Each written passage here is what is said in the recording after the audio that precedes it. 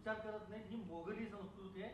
2029चे पंतप्रधान हे मोदीच असणार आहेत, आम्ही तसंच पाहतो असं बोलले. हे देवेंद्र फडणवीस ठरवणार नाहीत. 2029ला कोण मुख्यमंत्री होतील किंवा नाही हे देवेंद्र फडणवीस यांच्या हातात नाही.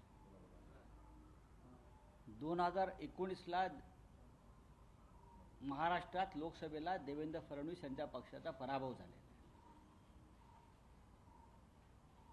2019ला नरेंद्र मोदी हे बहुमताचा आकडा गाठू शकलेले नाही आणि त्यानंतर गडबड घोटाळे करून विधानसभा जिंकली, हे अख्ख्या जगाला माहिती आहे. प्रश्न आहे नरेंद्र मोदी यांचा. स्वतः नरेंद्र मोदी यांनी एक नियम केलेला आहे, तो नियम त्यांना लागू नाही का? स्वतः नरेंद्र मोदी यांनी एक नियम केला आहे त्यांच्या पक्षात की 75 वर्ष झाल्यावर सत्तेच्या पदावर कोणी राहू नये, हा त्यांचा नियम आहे. आणि तो लालकृष्ण अडवाणींसह मुरली मनोहर जोशींसह अनेक प्रमुख नेत्यांना लागू केला. मग या नियमाच्या पलीकडे नरेंद्र मोदी आहेत का? राष्ट्रीय स्वयंसेवक संघाला त्या नियमाची मान्यता होती आणि त्यासाठीच ते चर्चा करण्यासाठी गेले. 17 सप्टेंबरला नरेंद्र मोदी 75 वर्ष पूर्ण करतायत आणि त्यांनीच केलेल्या नियमानुसार त्यांना निवृत्त व्हावं लागतंय. हे देवेंद्र फडणवीस ठरवणार नाहीये, त्यांनी किती बोलू द्या. आणि त्यांनी जे सांगितलेलं आहे की बाप जिवंत असताना काय वारसदार ठरवला जात नाही, मोगली संस्कृती आहे. कोण बाप? कोणाचा बाप? कोणाचा बाप? देशाला बाप नाही आहे, त्या देशाला बाप नाही आहे. मोदी हे पंतप्रधान आहेत, ही एक तात्पुरती व्यवस्था असते. आणि मी म्हणालो की राम आणि कृष्ण सुद्धा आले आणि गेले त्यांचं अवतार कार्य संपल्यावर. त्यांनी जे काय कार्य हातात घेतलं होतं ते संपल्यावर ते निघून गेले. नरेंद्र मोदींचं सुद्धा अवतार कार्य संपलेलं आहे, त्यांना निघून जावं लागेल. आता गोष्ट राहिली, देवेंद्र फडणवीस सांगतायत की बाप जिवंत असताना, लालकृष्ण अडवाणी जिवंत असताना सुद्धा शहाजहानप्रमाणे त्यांना कोंडून ठेवलं, बेदखल केलं आणि मोदी पंतप्रधान झालेच ना. भारतीय जनता पक्षाचा हा डोलारा जो आहे हा लालकृष्ण अडवाणींनी उभा केला. आजचा भारतीय जनता पक्ष, वैभवशाली भारतीय जनता पक्ष, हा 2 जागांपासून सत्तेच्या शिखरावर नेण्याचं काम हे लालकृष्ण अडवाणी यांच्यासारख्या संघर्षमय नेत्याने केलेलं. अयोध्येचं अख्खं आंदोलन जे राम राम राम राम जे आत्ता करताय, राम ते राष्ट्र, बरं का, त्या राम ते राष्ट्रमधला जो राम आहे राजकारणात आलेला, तो लालकृष्ण अडवाणींमुळे आला. आणि म्हणून या देशातली जनता ही राममय झाली. त्यांचा हक्क असताना पंतप्रधान पदाचा, फार तर राष्ट्रपती पदाचा, शहाजहानप्रमाणे म्हणजे मोगली संस्कृतीप्रमाणे त्यांना एक प्रकारे बंदिवान आणि बेदखल केलं सत्तेवरून. आणि हे झाले स्वतः. तेव्हा आम्ही विचारलं ही मोगली संस्कृती आहे म्हणून. तेव्हा आम्ही देवेंद्रना विचारलं का ही मोगली संस्कृती म्हणून? ही राजकारण आहे, तुम्ही राजकारण केलं. पण या उत्तराधिकारी मुद्द्यावर ना अजित पवारांना आता ट्रोल केलं जात आहे. बघा की अजित पवारांना ट्रोल का करतायत किंवा एकनाथ शिंदेना ट्रोल का करतात त्याच्याविषयी मला मत व्यक्त करायचं नाही. मी देशाचे पंतप्रधान नरेंद्र मोदी 75 वर्षाचे होत आहेत आणि त्याविषयी चर्चा करण्यासाठी त्यांना RSS मुख्यालयामध्ये मी पाचारण केलं होतं म्हणणार नाही, पण चर्चेला आमंत्रित केलं होतं. एक लक्षात घ्या की RSS राष्ट्रीय स्वयंसेवक संघ ही भारतीय जनता पक्षाची मातृसंस्था आहे, आईबाप आहे. आईबाप ठरवतील ना, ही मातृसंस्था आहे. 1978 साली या मातृसंस्थेवरून सरकार पडलेलं आहे.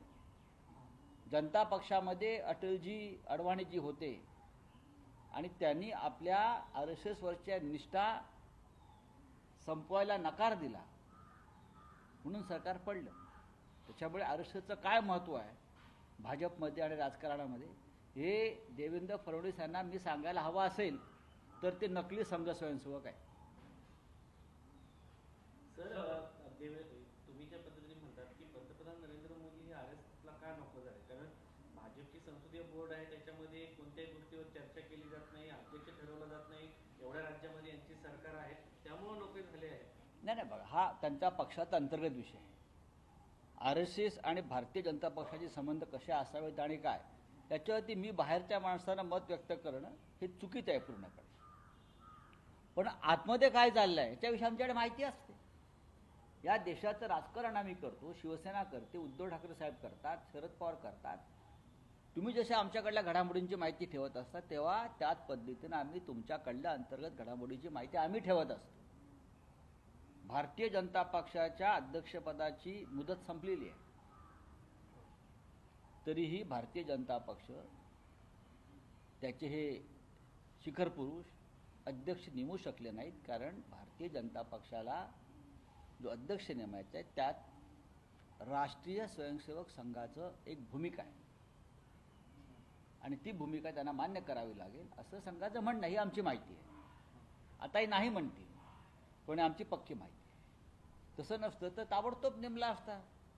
पण नड्डांना मुदतवाढ दिली जाते, नड्डांना मुदतवाढ दिली जाते, त्यांनी पाहावं तो. पण अंतर्गत पडद्यामागे अनेक घडामोडी घडत आहेत. काहीतरी शिस्त आहे, रटारटा. ते काय शिस्त आहे आता लवकरच कळेल. बीड संदर्भात धक्कादायक बातम्या येत आहेत. तुरुंगामध्ये जाऊ द्या होते. धार्मिक कराराने किती किती काय त्याच्यावर चर्चा करणार. ते कराड आणि ते कोणते घुले झुले फुले हा तिकडले किती काय चर्चा करणार. या महाराष्ट्रात दुसरं काय काम आहे की नाही. तुरुंगात रोज मारामाऱ्या होतात. मी तुरुंगात होतो. महाराष्ट्रातल्या तुरुंगामध्ये प्रत्येक तुरुंगामध्ये हे अड्डे आहेत, गँगवॉर आहे. तुरुंग हे भ्रष्टाचारांचे अड्डे आहेत. माझं पुस्तक येत आहे, कालच मी जाहीर केलं आहे. या देशातला सगळ्यात मोठा भ्रष्टाचार हा तुरुंगातच चालतो. त्याच्यामुळे हे सोडलं पाहिजे. याच्या पलीकडे पत्रकारिता गेली पाहिजे. हो, माझं अंजली दमान्यांना पण सांगणं, यातून बाहेर पडा. हे सगळे आता जे काम करतायत सुरेश धस बी, त्याला सांगा बाद झालं, विकासाच्या गोष्टी करा, सामाजिक गोष्टी करा. सोनिया गांधी सुरेश दस यांनी एक मोठा दावा केलेला आहे साम टीव्ही आणि सरकारला मला बोलताना की माझ्या खुनाचा प्रयत्न केला जातो. त्यांना विचारा. जयकुमार गोरे यांच्या मुलाचा एक व्हिडिओ व्हायरल झालाय. हो बघा, या महाराष्ट्रातल्या गोष्टी आहेत. माननीय देवेंद्र फडणवीस राज्याचे गृहमंत्री आहेत. त्यांनी स्वतःला विचारावं, मी खरोखर गृहमंत्री आहे की नाही. त्यांनी स्वतःला प्रश्न करावा रोज, वृत्तपत्र बघून, या बातम्या पाहून. कायद्याची ज्या प्रकारे चिरफाड बरं का उद्ध्वस्त केला जातोय रोज, आणि भारतीय जनता पक्षाचे लोक, त्यांनी स्वतःला प्रश्न विचारावा की माझ्या पक्षाचे लोक मला गृहमंत्री मानतात की नाहीत. राज्यात कायदा सुव्यवस्था, लॉ अँड ऑर्डर वगैरे वगैरे वगैरे आहे की नाही, हे त्यांनी स्वतःला विचारावं आणि मग दुसऱ्यांना ज्ञान द्यावं.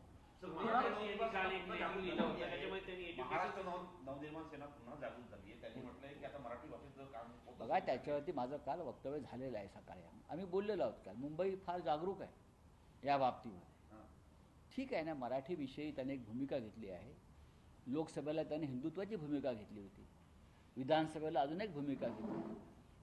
त्यांचा पक्ष हा भारतीय जनता पक्षाचा मित्रपक्ष आहे, खास करून देवेंद्र फडणवीस यांचा मित्रपक्ष. त्याच्यामुळे फडणवीसांना कोणत्या भूमिका हव्यात पुढल्या काळात त्यानुसार ते घेत असतात. हा त्यांचा प्रश्न आहे. कुणाल कामराचा जो शो झाला होता 2 फेब्रुवारीला सर, प्रेक्षकांनाही आता पोलिसांकडनं समन्स पाठवण्यात आले आहेत. प्रेक्षकांचे जबाब नोंदवले जात आहेत. मूर्ख आहे ते. कायद्याला गाढव समजत आहेत आणि कायद्याचा गैरवापर करत आहेत. अशा पद्धतीनं या देशामध्ये कोणत्याही प्रकारे अभिव्यक्ती स्वातंत्र्य राहणारच नाही. तुम्ही प्रेक्षकांना गुन्हेगार ठरवताय. कोणता कायदा या महाराष्ट्रामध्ये काय आहे? आणीबाणीपेक्षा भयंकर आहे. इंदिरा गांधींची आणीबाणी ही यांच्यापेक्षा 100 पट उत्तम होती. अशा प्रकारचा सगळा कारभार महाराष्ट्रात सुरू आहे. आणि हे म्हणे आणीबाणी विरुद्ध लढले, भंपक आणि बोगस लोक आणीबाणी विरुद्ध लढले, सेन्सॉरशिप विरुद्ध लढले. इंदिराजींच्या काळामध्ये चित्रपट बघायला गेलेल्या लोकांना अटका होत नव्हत्या. सेना भवनात बैठक होते तुमच्या पक्षाची, काय आज मंगळवार आहे आणि साधारण मंगळवारी तुम्ही माहिती घ्या, तुम्ही खूप दिल्लीत लांब आहात, खूप लांब राहतात दिल्लीत. सेना भवनाकडे पाहू नका इतक्या लांबून. आतमध्ये बरंच काय काय चालत असतं. शिवसेना भवनामध्ये दर मंगळवारी त्यांची बैठक होत असते. आम्ही इथे असल्यामुळे आम्ही त्या बैठकीला आज जाऊ शकत नाही. पार्लमेंट असल्यामुळे. सर, सोनिया गांधी यांनी काल एक लिहिला त्यांनी चला, हिंदी में क्या है? शिक्षण संस्थेमध्ये बदल केले जात आहेत. RSS ने त्याच्यावरती हे केलेलं आहे. आणि डिलिमिटेशन हाँ, तो क्या है? वक्फ बोर्डचं बिल आणलं जाणार आहे आणि त्या संदर्भात सांगितलेलं आहे की किरण रिजिजू असं म्हटले की अब आल्यावर बोलू ना. लोकांना बिल आलंय का? केलं जातं. नाही, उद्या सर इतक्या आणलं जातं. विरोधानंतर पण उद्या टेबल केलं जाणार आहे काँग्रेसनं बैठक बोलवली उद्या मोठी सगळ्या खासदारांची. बघा, येऊ द्या. खरं म्हणजे ह्याच्यावरती नितीश कुमार, चंद्राबाबू नायडू, चिराग पासवान, अपना दल हे जे या सरकारमधले मित्रपक्ष आहेत मोदींचे, त्यांनी आपली भूमिका आधी जाहीर केली पाहिजे. जनता दल युनायटेड, तेलुगू देशम, चिराग पासवानचा लोक जनशक्ती पक्ष, अपना दल, असे अनेक पक्ष आहेत.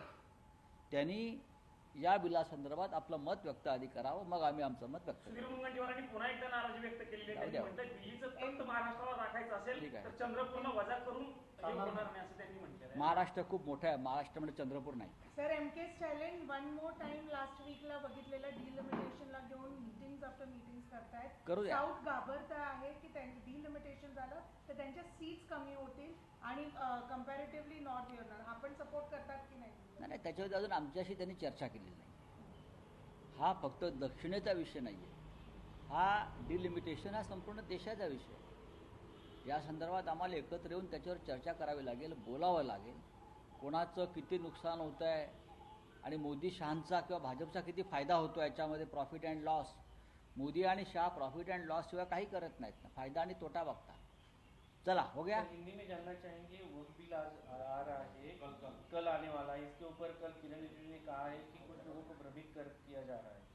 देखिए, पहले अपने जो साथी है, अलायंस पार्टनर है, जनता दल यूनाइटेड है, चिराग पासवान की पार्टी है, तेलुगु देशम है, अपना दल, ऐसे जो अपनी पार्टी है वो क्यों भ्रमित हो गए इस बिल के ऊपर, वो पहले देखिए, बाद में और लोगों की बात करिए. सर